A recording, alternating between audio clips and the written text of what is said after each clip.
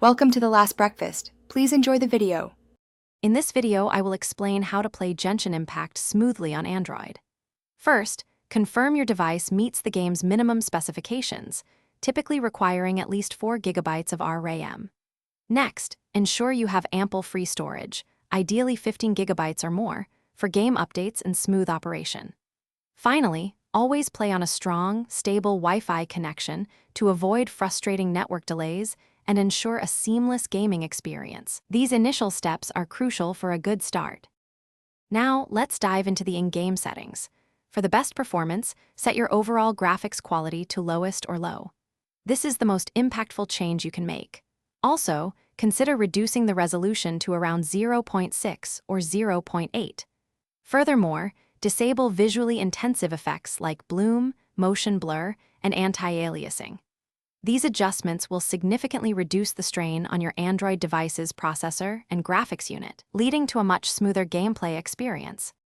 Beyond in-game settings, your device's health matters. Always close all other background applications before starting Genshin Impact. This frees up valuable RAM. Regularly update your Android operating system and the Genshin Impact app itself, as updates often include performance enhancements. Additionally, clearing the game's cache periodically can remove accumulated temporary files that might be slowing things down. These simple maintenance steps ensure your device is always ready for optimal gaming. For an even smoother experience, try some advanced tips.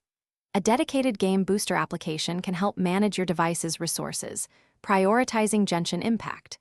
Playing in a cool environment or using an external cooling fan can prevent your device from overheating, which often leads to performance drops.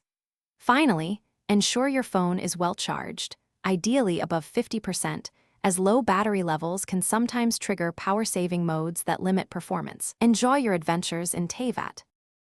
Thanks for watching. If this was helpful, leave a like and consider subscribing. See you next time.